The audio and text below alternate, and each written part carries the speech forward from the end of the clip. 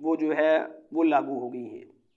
مثال کے طور پر مختصر میں بتا دیتا ہوں کہ جب آدمی احرام باندھ لیتا ہے، احرام کا معنی ہوتا ہے کسی چیز کو حرام کرنا، کہ جو چیزیں پہلے اس آدمی کے لیے جائز تھیں، حلال تھیں، احرام بندھنے کی وجہ سے کچھ چیزیں اس کے اوپر جو ہے وہ حرام ہو گئی ہیں۔ مثال کے طور پر پہلی چیز جو ہے وہ عورت اور مرد کا جو آپس میں تعلق جو ہے، یعنی میاں بیوی کا تعلق یا اس طرح کی کوئی گفتگو جو ہے، یہ بالکل قطعی طور پر جو ہے یہ حالت احرام میں یہ جائز نہیں ہے۔ اور دوسری چیز جو ہے وہ یعنی شکار جو ہے، اب کیونکہ آدمی حرم کے اندر ہے تو حرم کے اندر آدمی احرام کی حالت میں ہو یا بغیر احرام کے ہو، حرم کے اندر یعنی شکار کرنا جو ہے یہ حرام ہے۔ کسی درخت کا کاٹنا، گھاس کا کاٹنا، کسی درخت کا کاٹنا، یہ حرم کے اندر یعنی حالت احرام کے اندر بھی اور بغیر حالت احرام کے یہ چیز جو ہے وہ ناجائز ہے، اس چیز کے جو ہے وہ اجتناب کرے۔ اور تیسری چیز جو ہے وہ کسی طرح کے بال کاٹنا، تو بال اور ناخن کاٹنا جو ہے حالت حرام میں یہ ممنوع اور یہ بالکل جو ہے یہ ناجائز ہے۔ چوتھی چیز جو ہے وہ خوشبو کا استعمال کرنا۔ یہ چار چیزیں جو ہے عورت اور مرد کے لیے دونوں کے لیے یعنی یہ جو ہے یہ حرام اور یہ ناجائز ہیں۔ اور دو چیزیں جو ہے وہ مردوں کے ساتھ جو ہے وہ خاص ہیں کہ سلا ہوا کپڑا پہننا، تو یہ مرد کے لیے جو ہے وہ ناجائز اور حرام ہے۔ اور عورت کے لیے یہ ہے کہ وہ تو کسی بھی کپڑے کے اندر احرام باندھ سکتی ہے، سلا ہوا کپڑا استعمال کر سکتی ہے۔ عورت کے لیے صرف یہ ہے کہ وہ اپنے چہرے کو نہ ڈھانپے اور دستانے کا جو ہے وہ استعمال نہ کرے۔ یہ دو چیزوں کا جو ہے وہ عورت کو یعنی خیر رکھنا چاہیے۔ اس کے علاوہ عورت جو بھی کپڑا پہن سکتی ہے، اور اس کا سر جو ہے وہ ننگا نہیں ہونا چاہیے، یعنی ایسے سر کے بالوں کو باندھے کہ ایک بال بھی اس کا جو ہے یعنی ننگا نہ ہو۔ سر کے اوپر وہ سکاف وغیرہ لے لے اور اس جب وضو کرنا ہو تو اس سکاف کو اتار کر یعنی سر کا مسح کرے۔ اس کے اوپر سے مسح کرنے سے مسح نہیں ہوگا، جب مسح نہیں ہوگا تو وضو نہیں ہوگا، جب وضو نہیں ہوگا تو پھر نماز نہیں ہوگی۔ تو جو حج کے مناسک ہیں تو ان کے اندر بھی خلل آئے گا۔ تو اب جو ہے آدمی نے احرام باندھ لیا، احرام باندھ کر اب جو ہے یہ حاجی صاحبان جو ہے وہ مینا میں جائیں گے۔ اب اس میں ایک چیز کا خیال رکھیں کہ نبی علیہ الصلاۃ والسلام تو 8 ذی الحج کو فجر کی نماز پڑھنے کے بعد جو ہے وہ مکہ المکرمہ سے روانہ ہوئے۔ اصل طریقہ تو یہی ہے کہ آدمی فجر کی نماز پڑھ کے روانہ ہو، لیکن جائز یہ بھی ہے کہ اگر 7 ذی الحج کو یا اس سے پہلے کوئی آدمی اگر مینا میں چلا گیا، جس طرح آج کل معلم حضرات جو ہیں وہ 7 ذی الحج کو عشاء کی نماز کے بعد حاجیوں کو مینا کے اندر بسوں کے ذریعے سے پہنچانا شروع کر دیتے ہیں۔ یہ بھی جائز ہے، یہ بھی ٹھیک ہے۔ اگر کوئی آدمی 7 ذی الحج کو جاتا ہے وہ بھی جا سکتا ہے۔ تو مینا جو ہے وہ مکہ المکرمہ سے تقریباً 5 یا 6 کلومیٹر کا سفر ہے۔ اس میں آدمی پیدل بھی جا سکتا ہے، بس پر بھی جا سکتا ہے، اور بس جو ہے اگر آپ بس کے ذریعے سے جائیں گے تو وہ بس جو ہے وہ آپ کو آپ کے خیمے میں لے جائے گی مینا کے اندر۔ اب آپ مینا کے اندر پہنچ گئے، پیدل پہنچ گئے یا بدریہ بس پہنچ گئے، اب آپ نے وہاں پر کیا کرنا ہے؟ مینا کے اندر مینا کے اندر آپ نے 5 نمازیں پڑھنی ہیں۔ یہ ایک سنت عمل ہے کہ 8 ذی الحج کو آپ نے ظہر، عصر، مغرب، عشاء اور 9 ذی الحج کی فجر کی نماز، یہ 5 نمازیں مینا میں پڑھنا جو ہے یہ سنت ہے۔ یہ 5 نمازیں آپ وہاں پڑھیں گے۔ ہاں، اگر آپ جو ہے وہ مکہ کے اندر رہتے ہوئے آپ کو 15 دن ہو گئے یا 15 دن سے زیادہ دن ہو گئے تو آپ مقیم ہیں، آپ مینا کے اندر اور آگے عرفات کے اندر اور مزدلفہ کے اندر آپ جو ہے وہ مقیم والی نماز پڑھیں گے، یعنی پوری نماز پڑھیں گے۔ اگر آپ کو مکہ میں آئے ہوئے 15 دن سے کم ہوئے ہیں تو پھر آپ مسافر ہیں، آپ مینا میں، عرفات میں، مزدلفہ میں اتنی نمازیں پڑھیں گے، آپ جو ہے وہ قصر پڑھیں گے، یعنی مسافروں والی نماز پڑھیں گے۔ اس بات کا آپ خیال رکھ لیں۔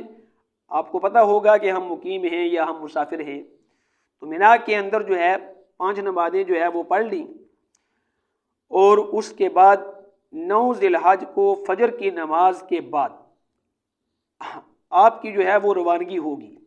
9 ذی الحج جب آ جائے، 9 ذی الحج کی فجر کی نماز کے بعد سے لے کر 13 ذی الحج کی عصر کی نماز تک ہر نماز کے بعد تکبیرات تشریق پڑھنا جو ہے ضروری ہے۔ اللہ اکبر، اللہ اکبر، لا الہ الا اللہ، واللہ اکبر، اللہ اکبر وللہ الحمد۔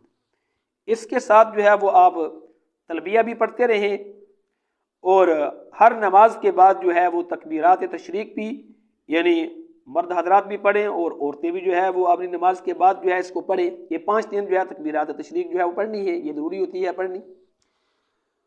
اس کے بعد 9 ذی الحج کو فجر کی نماز کے بعد آپ روانہ ہوں گے عرفات کی طرف۔ تو وہ بھی آپ کی اپنی مرضی ہے کہ آپ بسوں کے ذریعے سے جاتے ہیں یا آپ پیدل جاتے ہیں۔ تقریباً 9-10 کلومیٹر کا سفر ہے مینا سے عرفات کی طرف۔ تو آپ مینا سے روانہ ہوئے تو آپ جو ہے زوال کے وقت تک جو ہے آپ وہاں پہنچ گئے عرفات میں۔ تو عرفات میں آپ کا کیا عمل ہوگا، کیا کرنا ہے؟ اگر تو آپ مسجد نمرہ کے اندر یا اس کے قریب آپ پہنچ گئے ہیں تو اس میں آپ کے لیے یہ حکم ہے کہ وہاں جو امام صاحب ہیں وہ پہلے خطبہ دیں گے، حج کا خطبہ دیں گے۔ اس خطبے کا سننا جو ہے ضروری ہے، اس خطبے کو سنیں۔ اس خطبے کے بعد وہ اذان ہوگی، اور اس کے بعد جو ہے وہ ظہر کی نماز جو ہے وہ کھڑی ہو جائے گی، اقامت ہوگی، اور اس کے ساتھ جو ہے ظہر کی نماز امام صاحب پڑھائیں گے۔ وہاں میں نے سنا ہے کہ جو امام صاحب ہوتے ہیں وہ مسافر ہوتے ہیں اور قصر نماز پڑھاتے ہیں۔ اگر حج کرنے والا وہ مسافر نہیں ہے، وہ مقیم ہے، تو اس کے لیے قانون یہ ہے کہ اگر امام صاحب کے پیچھے وہ نماز پڑھتا ہے تو امام صاحب تو قصر نماز پڑھائیں گے، اور یہ آدمی ایسا کرے کہ جب وہ ظہر کے یعنی 2 فرض پڑھائیں گے وہ سلام پھیریں، تو سلام پھیرنے کے بعد یہ آدمی کھڑے ہو کر اپنی 2 رکعتیں جو ہے وہ پوری کر لے۔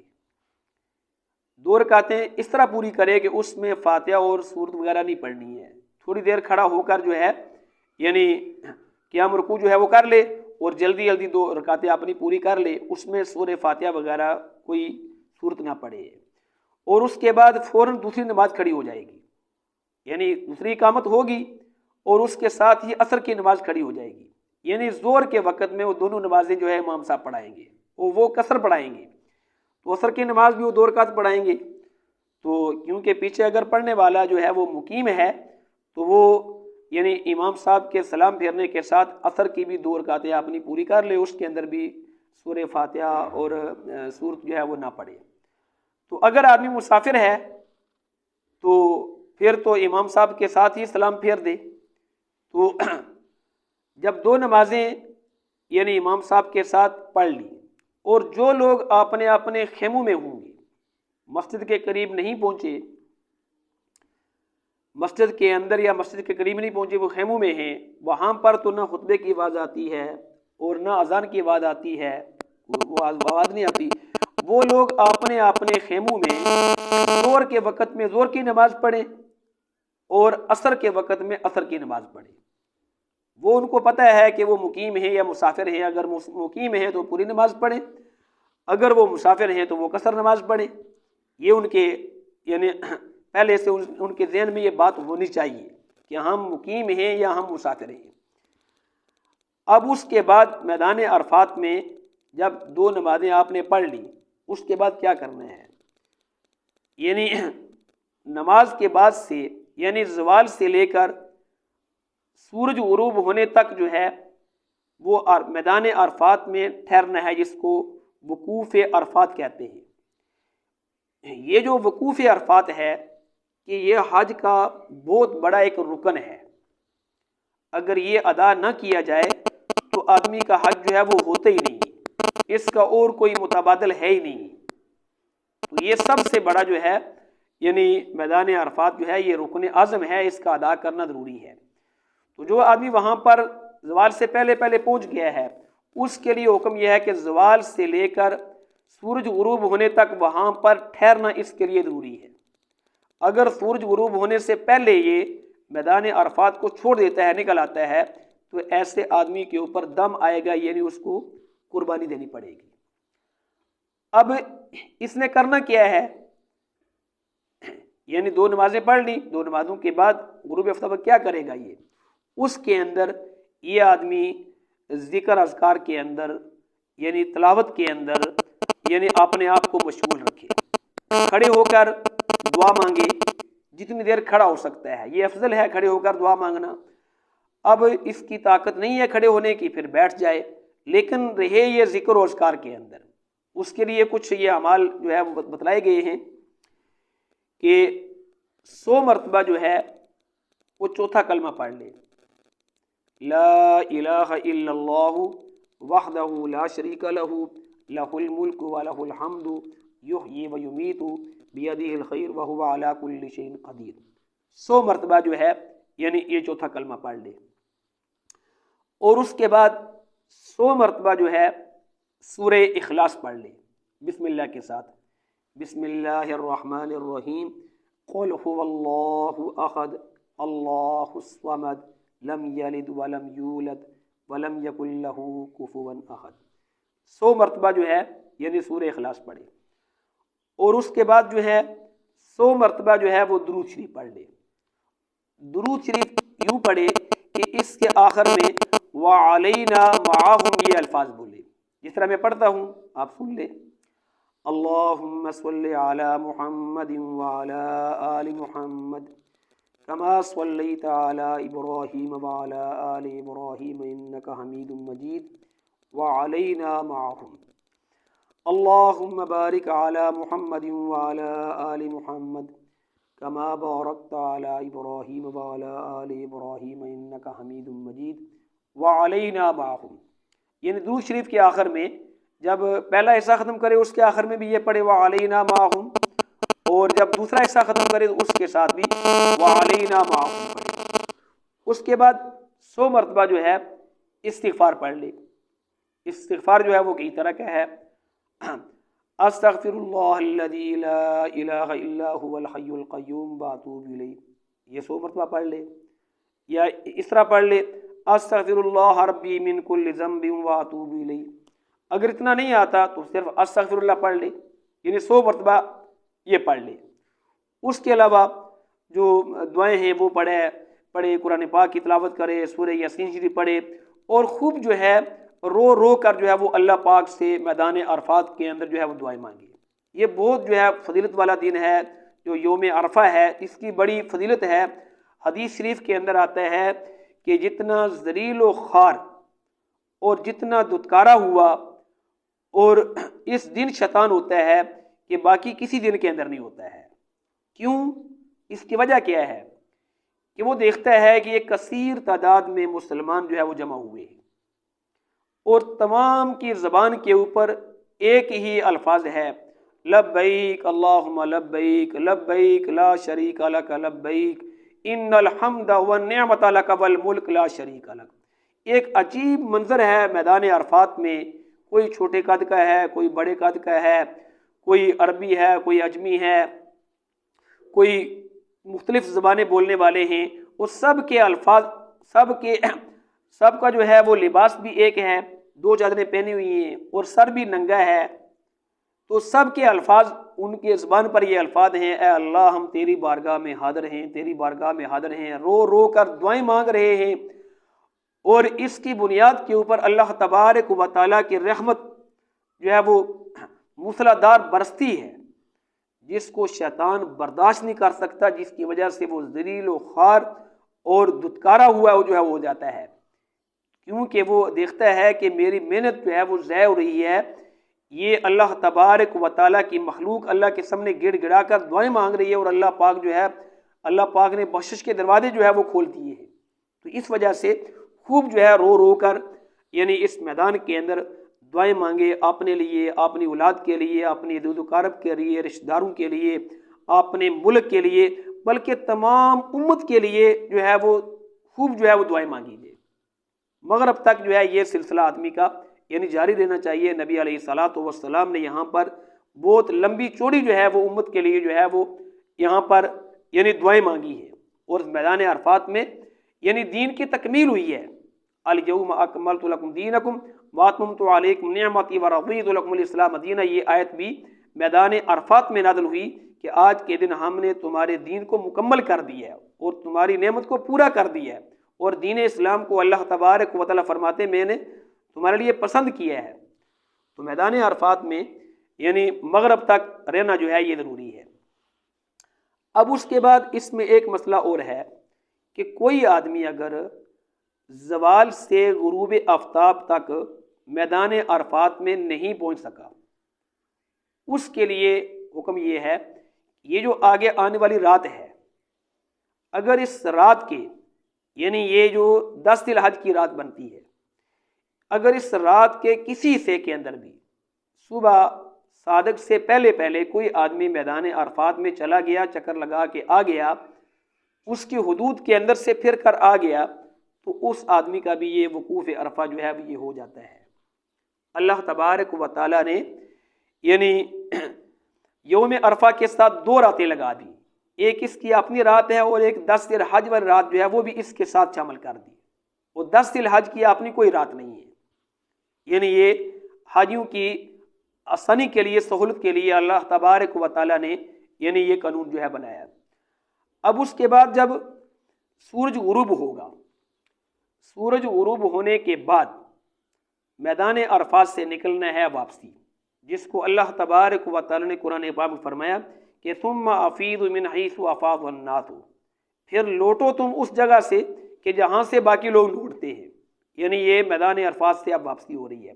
مغرب کی نماز جو ہے اس کا وقت تو ہو چکا ہے، لیکن مغرب کی نماز میدان عرفات میں پڑھنے کا حکم نہیں ہے، اور یہاں تک کہ آپ واپس آ رہے ہیں مزدلفہ میں، راستے میں بھی آپ مغرب کی نماز نہیں پڑھ سکتے۔ جو آدمی میدان عرفات میں مغرب کی نماز پڑھے گا یا راستے میں آتے ہوئے مزدلفہ کے راستے میں پڑھے گا، اس کی نماز نہیں ہوگی، کیونکہ اللہ نے فرمایا وَاذْكُرُوهُ كَمَا هَدَاكُمْ کہ اللہ تبارک و تعالیٰ کو ایسے یاد کرو جیسے اس نے تمہیں بتلایا ہے۔ جس طرح آپ علیہ الصلاۃ والسلام نے حج کے موقع پر جو اعمال کر کے دکھلائے ہیں، ہمیں اسی طرح کرنے کا حکم ہے، ہم اپنی اس میں مردی نہیں کریں گے۔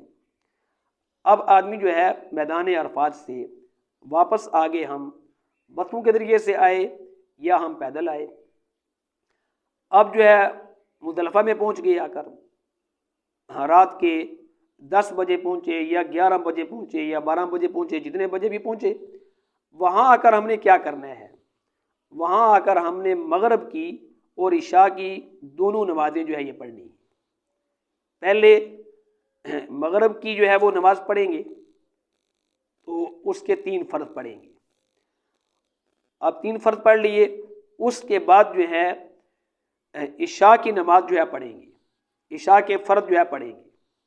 جب عشاء کے یعنی فرض پڑھ لیے تو پھر اس کے بعد جو ہے وہ عشاء کے سنتے اور وطر پڑھیں گے۔ جب عشاء کے سنت اور وطر پڑھ لیے، پھر اس کے بعد جو مغرب کی سنتیں رہتی ہیں یہ اس کے بعد جو ہے پڑھیں گے۔ یہ مزدلفہ میں یہ کام جو ہے دونوں نمازیں جو ہے یعنی مزدلفہ میں آ کر پڑھنی ہے۔ تو یہ رات بھی بڑی فضیلت والی رات ہے، تو اس کو بھی ذکر اذکار کے اندر بھی گزارنا چاہیے۔ تو ورنہ آپ نے مغرب اور عشاء کی نماز پڑھ لی، اب رات کے 11 بج رہے ہیں، 12 بج رہے ہیں، آپ اس کے بعد جو ہے وہ آرام کریں، تو دن کو جو ہے کافی مشقت آپ کو ہوئی، تو یہاں پر یعنی سو جائیں۔ تو اس کے ساتھ شروع میں ایک بات بھول گیا ہوں کہ جب آدمی مکہ سے چلے تو چلنے کے ساتھ آدمی کو اپنا مختصر سا سامان جو ہے وہ ساتھ رکھنا چاہیے۔ سامان کیا ہونا چاہیے؟ ایک چٹائی آدمی ساتھ رکھ لے، ایک مصلی ساتھ رکھ لے، ایک پانی کی بوتل جو ہے اس کے ساتھ یعنی ہونی چاہیے۔ یہ چند چیزیں جو ہے، زیادہ سامان لے کر نہ جائے وہاں پر، اس کے لیے یہ بڑی مشکل بنے گی، تو یعنی یہ چیزیں چند چیزیں جو ہے وہ ساتھ رکھ لے، کیونکہ اس نے مینا میں مزدلفہ میں باہر ٹھہرنا ہے، اس کو چٹائی کی بھی ضرورت ہے، مسلح کی بھی ضرورت ہے، اور پانی کی بوتل جو ہے اس کی بھی ضرورت ہے، وہ بھی ساتھ رکھے۔ اب مزدلفہ میں اس نے جو ہے وہ رات جو ہے وہ گزاری ہے، صبح جاگے یہ، اس میں احتیاط یہ ہے کہ تھوڑا جلدی جاگے گا تو اس کے لیے بیت الخلاء میں جانا اور وضو کرنا یہ اس میں سہولت رہے گی، ورنہ اگر تھوڑی دیر سے جاگے گا تو وہاں پر رش ہوتا ہے، اس کی باری بھی نہیں آئے گی بیت الخلاء میں جانے کی، اور اس کے بعد وضو کرنا بھی مشکل ہوگا، تو بہرحال تھوڑا جلدی جاگ جائے تو اس میں اٹھ کر جو ہے یعنی فجر کی نماز جو ہے پڑھے، فجر کی نماز مزدلفہ میں پڑھے، فجر کی نماز پڑھنے کے بعد تو اس کے بعد تھوڑی دیر جو ہے وہ اپنی دعاؤں میں ذکر اذکار کے اندر جو ہے وہ لگ جائے، اس کو کہتے ہیں وقوف مزدلفہ، یعنی صبح فجر کی نماز کے بعد تھوڑی دیر ذکر اذکار کرنا اور دعاؤں میں لگنا، یہ وقوف مزدلفہ ہے، یہ حج کا ایک واجب ہے۔ اب اس نے یہ کر لیا، تھوڑا اجالا ہو گیا، اجالے تک جو ہے یعنی روشنی تک جو ہے وہ ذکر اذکار میں لگا رہے، اس کے بعد اس نے کیا کرنا ہے کہ مزدلفہ سے 70 کے قریب کینکریاں اٹھانی ہیں، یہ کینکریاں جو اس نے جا کر مینا میں جمرات کو مارنی ہیں، یعنی اس کے لیے اٹھا لے 70 کے قریب، اور کینکری کتنی بڑی ہونی چاہیے، یہ جو چنا ہوتا ہے اس کے برابر، یا جو یہ مٹر ہوتا ہے اس کے برابر، یعنی جو ہے وہ کینکری جو ہے وہ اٹھا لے، ان کو اٹھا کر ایک شاپر کے اندر یعنی ڈال لے، اور اس کو جو ہے ان کو جو ہے سنبھال لے۔ اب روشنی ہو گئی، اب اس کے بعد جو ہے وہ مزدلفہ سے اس کی روانگی ہوگی مینا کی طرف۔ اب مینا کی طرف آئے گا، بسوں کے ذریعے سے آئے یا پیدل آئے، جس طرح بھی آئے۔ اب جب یہ مینا میں پہنچ گیا، مینا میں آ کر اس نے کیا کرنا ہے کہ 3 جمرات ہیں، تو پہلے 2 جمرات کو چھوڑ دینا ہے، تیسرے جمرے کو جس کو جمرہ عقبہ کہتے ہیں آ کر اس کو جو ہے اس نے رمی کرنی ہے۔ آج کا کام جو ہے اس کا یہ ہے، اس نے رمی کرنی ہے، یعنی وہاں پر 7 کینکریاں مارنی ہیں، پہلے 2 جمرات کو چھوڑ دے اور تیسرے یعنی بڑے شیطان کو، بڑے جمرے کو جو ہے اس نے جو ہے وہ 7 جو ہے وہ کینکریاں مارنی ہیں۔ تو اب بڑے جمرے کے قریب پہنچ گیا تو 7 کینکریاں اس کو مارے، اس کے مارنے کا طریقہ یہ ہے کہ یا تو وہ جو ستون سا بنا ہوا ہے اس کو کینکری لگے، اور کینکری مارتے وقت یہ پڑھنا ہے۔ اب اس کے ساتھ جب کینکری مارنی ہے تو اپنا تلبیہ جو ہے بند کر دے، جو لبیک اللہم لبیک لبیک لا شریک لک لبیک ان الحمد والنعمت لک والملک لا شریک لک جو پڑھ رہا ہے اس کو بند کر دے۔ اب اس کا تلبیہ ختم ہو گیا۔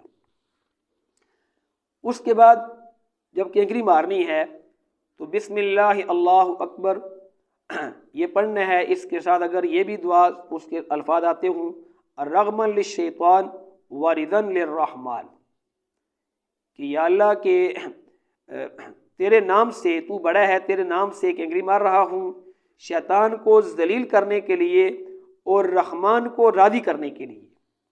یہ دعا آتی ہو، مکمل دعا آتی ہو تو پڑھ لے، اگر مکمل نہیں آتی تو بسم اللہ اللہ اکبر پڑھ کر یعنی ایک کینکری مارے، ہر کینکری کے ساتھ جو ہے یعنی یہ بسم اللہ اللہ اکبر یعنی یہ دعا پڑھے۔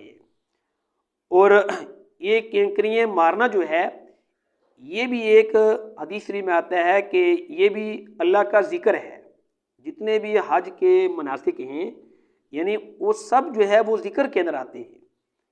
حدیث شریف میں آتا ہے کہ ہر کینکری کے ساتھ اللہ تبارک و تعالی اس آدمی کا ایک اتنا بڑا گناہ معاف کرتے ہیں جو گناہ انسان کو ہلاک کرنے والا ہوتا ہے، یعنی وہ اس کا یہ گناہ جو ہے معاف کر دیا جاتا ہے۔ اب اس نے جو ہے وہ 7 کینکریاں جو ہے اس نے مار لی تو اس کے بعد جو ہے یہ اس کی یعنی یہ رمی جو ہے مکمل ہوگی۔ اب اس کے بعد جو ہے اس نے کیا کرنا ہے، دوسرا عمل اس دن کا جو ہے وہ قربانی ہے۔ اب قربانی کی شکل یہ ہے کہ قربانی اس نے خود کرنی ہے یا اس نے وہاں پر کسی بینک کے اندر پیسے جمع کروائے ہوئے ہیں، تو بینک والے جو ہے وہ 3 دن قربانی کرتے رہتے ہیں لیکن ان کی ترتیب تو کوئی نہیں ہوتی۔ ہاں جس کے ذریعے سے بھی قربانی کروائے اس میں یہ احتیاط رکھے کہ ان سے ٹائم پوچھے کہ آپ 10 ذی الحج کو کس وقت میری قربانی کریں گے۔ جب اس کی قربانی ہو جائے، اس کو یعنی اطلاع مل جائے کہ میری قربانی ہو چکی ہے، اب قربانی کرنے کے بعد یہ اپنے سر کو منڈوائے گا، حلق کرے گا، حلق کرے یا قصر کرے۔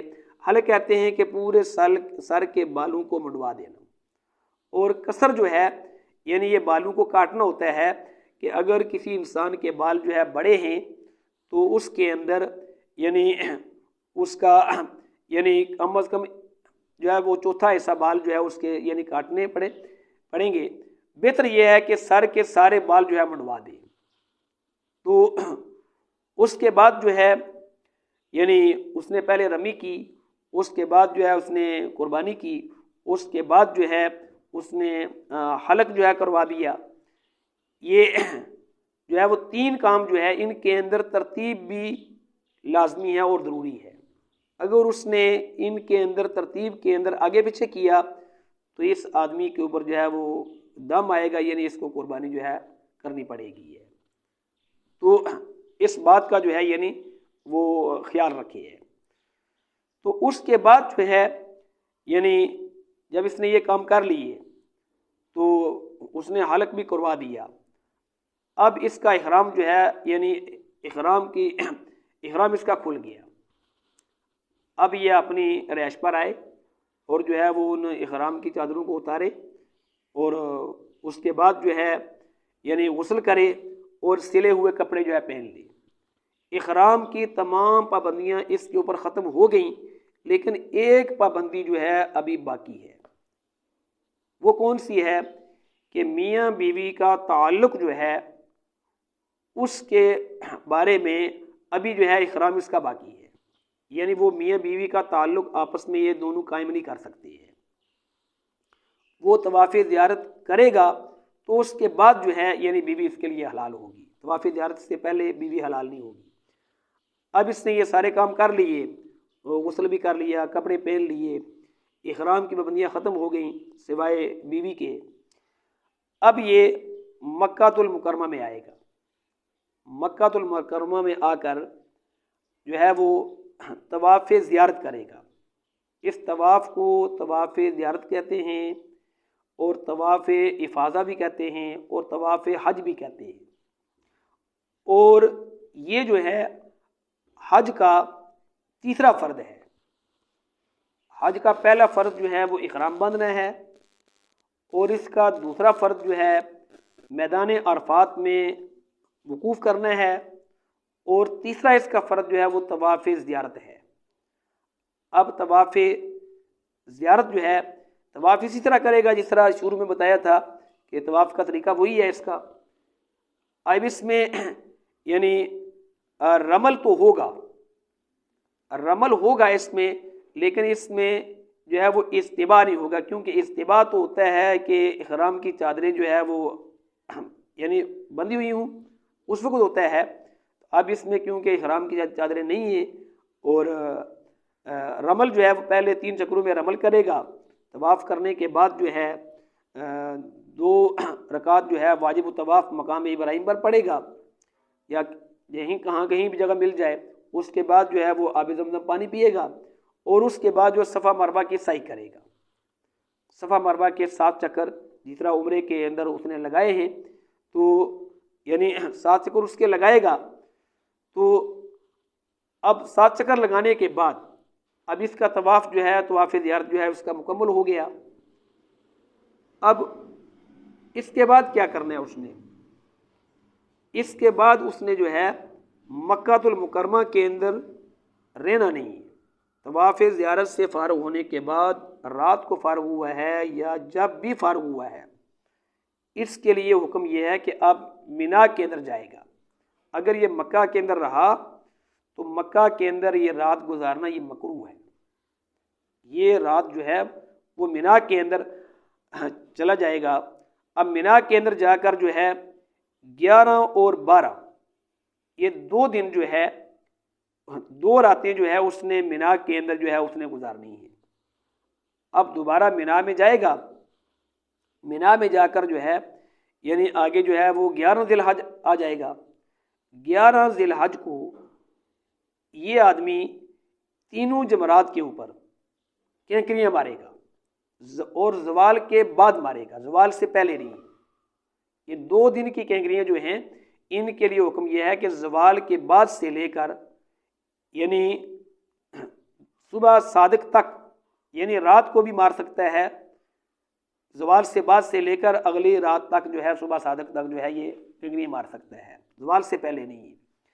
تو تینوں جمرات کو مارے گا، پہلے چھوٹے شیطان کو مارے گا کنکریاں 7 کنکریاں، 7 کنکریاں مارنے کے ساتھ وہی پڑھنا ہے بسم اللہ اللہ اکبر وللہ الحمد رغمن للشیطان واردن للرحمن۔ ہر کنکری کے ساتھ جو ہے یہ پڑھے گا، اور جب 7 کنکریاں مار لی اس کو پھر تھوڑا سا ہٹ کر جو ہے یعنی دعا مانگے گا۔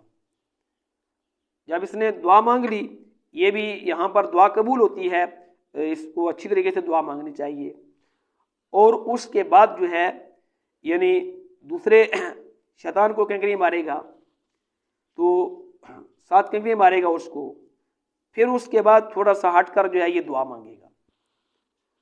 اب اس نے دعا مانگ لی، پھر جو ہے وہ تیسرے شیطان کو کنکریاں مارے گا۔ تیسرے شیطان کو کنکریاں مارنے کے بعد یہ وہاں پر ٹھہرے گا نہیں، دعا نہیں مانگے گا۔ تو اب یہ 11 کو اس نے یعنی 7 کنکریاں تینوں جمرات کو ماری ہیں۔ اب 12 جو ہے 12 ذی الحج کو بھی زوال کے بعد اس نے یہی عمل کرنا ہے یعنی مینا کے اندر۔ جب 12 ذی الحج کو اس نے تینوں جمرات کو کینکریاں مار لی، یہ جمرات وہ جگہ ہے جہاں پر ابراہیم علیہ السلام اپنے بیٹے کو اللہ کے حکم سے ذبح کرنے کے لیے لے گئے تھے، تو شیطان نے ان کو پھسلانا چاہا کہ شیطان نے کہا کہ ابراہیم کیا کسی نے کبھی اپنے بیٹے پہ ذبح کیے ہیں؟ تو ابراہیم علیہ السلام نے 7 کنکریاں اس کو ماری، اس کو پیچھے دفع کیا تو تھوڑا پیچھے ہٹ گیا، پھر آگے ابراہیم علیہ السلام گئے، پھر پیچھے سے اس نے ان کے اوپر حملہ کیا، تو پھر ابراہیم علیہ السلام نے اس کو 7 کنکریاں ماری، یعنی تینوں جگہ پر ابراہیم علیہ السلام نے اس کو کنکریاں ماری۔ تو یہ اللہ تعالیٰ کو ابراہیم علیہ السلام کا طریقہ ایسا پسند آیا کہ حاجی صاحبان کے لیے اللہ تبارک و تعالیٰ نے یعنی یہ ضروری قرار دے دیا کہ جو بھی حج کرنے والا ہے یہاں پر کینکریاں مارے گا تو اس کا حج مکمل ہوگا۔ یہ کینکریاں مارنا جو ہے یہ واجب عمل ہے، یہ اس کے بغیر آدمی کا حج جو ہے وہ یعنی مکمل نہیں ہوگا ہے۔ اگر کوئی آدمی کینکریاں نہیں مارتا تو اس کا واجب رہ جائے گا، اس کے اوپر جو ہے وہ دم جو ہے واجب ہو جاتا ہے، یعنی قربانی اس کو کرنی پڑتی ہے۔ اب اس نے 12 ذی الحج کو بھی یعنی 2 دن رہ کر مینا میں اس نے کینکریاں مار لی، اب جو ہے اس کا حج جو ہے مکمل ہو گیا۔ اب اس کے اندر ایک اور بھی ترتیب ہے، اگر یہ یعنی 12 ذی الحج کو سورج غروب ہونے تک یہ مینا میں رہتا ہے، یا تو مینا کو چھوڑ دے، اگر مینا میں رہتا ہے سورج غروب ہونے تک تو اس کے اوپر 13 ذی الحج کی رمی کرنی یہ بھی ضروری ہو جائے گی، پھر اس کو وہ رات وہاں نہیں پڑے گی اور 13 ذی الحج کی رمی کرے گا، لیکن اس کے لیے یہ سہولت ہے کہ وہ زوال سے پہلے بھی یعنی رمی ہو سکتی ہے، لیکن اگر یہ سورج غروب ہونے تک 12 کو وہاں رہا مینا میں تو اس کے لیے پھر 13 ذی الحج کو رمی کرنی جو ہے یہ ضروری ہوگی، اور رمی کر کے پھر جو ہے مکہ میں آئے گا، تو پھر یعنی اس کے بعد جو ہے وہ حج کے مناسک جو ہے یعنی پورے ہو گئے۔ یہ جو ایام حج تھے 5 دن حج کے یہ مکمل ہو گئے، اب مکہ میں آ گیا تو حج جو ہے مکمل ہو گیا۔ تو اس کے بعد اس کے لیے ایک عمل بھی باقی رہتا ہے کہ جس وقت بھی مکہ المکرمہ کو اس حاجی صاحب نے مکہ کو چھوڑنا ہے یعنی واپس آنا ہے تو آخری طواف اس کے ذمہ جو ہے وہ باقی ہے. اس کو طواف وداع کہتے ہیں یعنی رخصتی کا طواف، کہ جب اس نے جانا ہے تو آخری ایک طواف کرے گا تو وہ طواف ہی ہوگا، اس کے اندر جو ہے وہ صفا مروہ کی سعی نہیں ہوگی. تو اس کے بعد جو ہے وہ گڑ گڑا کر اللہ تبارک و تعالیٰ کے سامنے جو ہے یعنی دعا مانگے، اپنے لیے مانگے، اپنے گھر والوں کے لیے مانگے، پوری امت کے لیے دعا مانگے کہ یہ مکہ المکرمہ سے یہ رخصت ہو رہا ہے تو یہ طواف کرنا یہ بھی ایک حج کا جو ہے یعنی واجب ہے. اس کے اندر یہ چند چیزیں یاد رکھیں کہ حج کے اندر 3 چیزیں جو ہے وہ فرض کے درجے میں ہیں اور 6 چیزیں جو ہے وہ حج کے اندر واجب ہیں. حج کے 3 فرض یہ ہیں کہ احرام باندھنا، نیت کرنا، تلبیہ پڑھنا، یہ حج کا پہلا فرض. میدان عرفات کے اندر جو ہے یعنی پہنچنا، وقوف عرفہ، یہ دوسرا فرض. اور تیسرا فرض جو ہے وہ طواف زیارت ہے حج کا. اور 6 حج کے واجب ہیں. اس کے اندر وقوف مزدلفہ یعنی مزدلفہ میں رات ٹھہرنا اور صبح کی نماز کے بعد تھوڑی دیر ذکر و اذکار میں لگنا، یہ حج کا پہلا واجب ہے. اور دوسرا واجب جو ہے یعنی 10 ذی الحج کو آ کر جو ہے وہ رمی کرنا یعنی شیطان کو کینکریاں مارنا. اور اس کے بعد جو ہے یعنی تیسرا جو واجب جو ہے وہ قربانی کرنا ہے. اور چوتھا واجب جو ہے قربانی کے اندر یہ ہے کہ جس آدمی نے حج تمتع کیا ہے یا حج قران کیا ہے اس کے اوپر قربانی کرنی واجب ہے. اگر جس نے حج افراد کیا ہے، صرف حج کیا ہے، اس میں عمرہ اس نے نہیں کیا تو اس کے اوپر قربانی کرنی واجب نہیں ہے. حج تمتع کرنے والا ہے، حج قران کرنے والا ہے، اس کے اوپر قربانی کرنی واجب ہے. اور اس کو دم شکر کہتے ہیں کہ اس نے ایک سفر کے اندر 2 عمل کیے ہیں، عمرہ اور حج، تو اس شکریہ کے طور پر جو ہے وہ قربانی کرے. اور قربانی کرنے کے بعد جو ہے یعنی حلق کروانا، سر کے بال منڈوانا یا ان کا قصر کرنا یعنی ان کو کترانا ہے، یہ واجب ہے. اور پھر ان تینوں چیزوں کے اندر رمی کرنی، رمی کے بعد قربانی، قربانی کے بعد حلق، ان تینوں عملوں کے اندر جو ہے یہ ترتیب جو ہے واجب ہے. اگر بے ترتیبی سے کرے گا تو یعنی یہ اس کا عمل جو ہے وہ ٹھیک نہیں ہوگا. اگر بے ترتیب سے نہیں کرے گا تو اس کے اوپر دم آئے گا. اس لیے ان چیزوں کا خیال کرے کہ ان تینوں عملوں کو ترتیب سے جو ہے وہ کرنا ہے. اور اس کے بعد جو ہے طواف زیارت کے بعد جو اس نے سعی کرنی ہے صفا مروہ کی، صفا مروہ کی سعی کرنا یہ بھی ایک واجب ہے. یہ 5 واجب ہو گئے. اور اس کے بعد جو ہے وہ آخری طواف جو طواف وداع ہے یعنی جب مکہ کو چھوڑنا ہے طواف وداع، یہ واجب ہے. یہ 6 جو ہے واجب ہیں اور 3 جو ہے یہ فرض ہیں. تو آخری درجے میں آدمی کم از کم یعنی فرائض اور واجبات کو پوری کرنے کی کوشش کرے. باقی بھی اس کے اندر جو چھوٹی موٹی چیزیں ہوتی ہیں ان کا بھی آدمی خیال رکھے. اس کے بعد جو آدمی کے دن بچتے ہیں وہ بھی صحیح طریقے سے نمازوں کی ادائیگی کرے، نمازیں صحیح طریقے سے پڑھے، باقی اعمال بھی جو ہے وہ صحیح طریقے سے کرے. تو اللہ تبارک و تعالیٰ آپ کا حج قبول فرمائے. وآخر دعوانا ان الحمد للہ رب العالمین.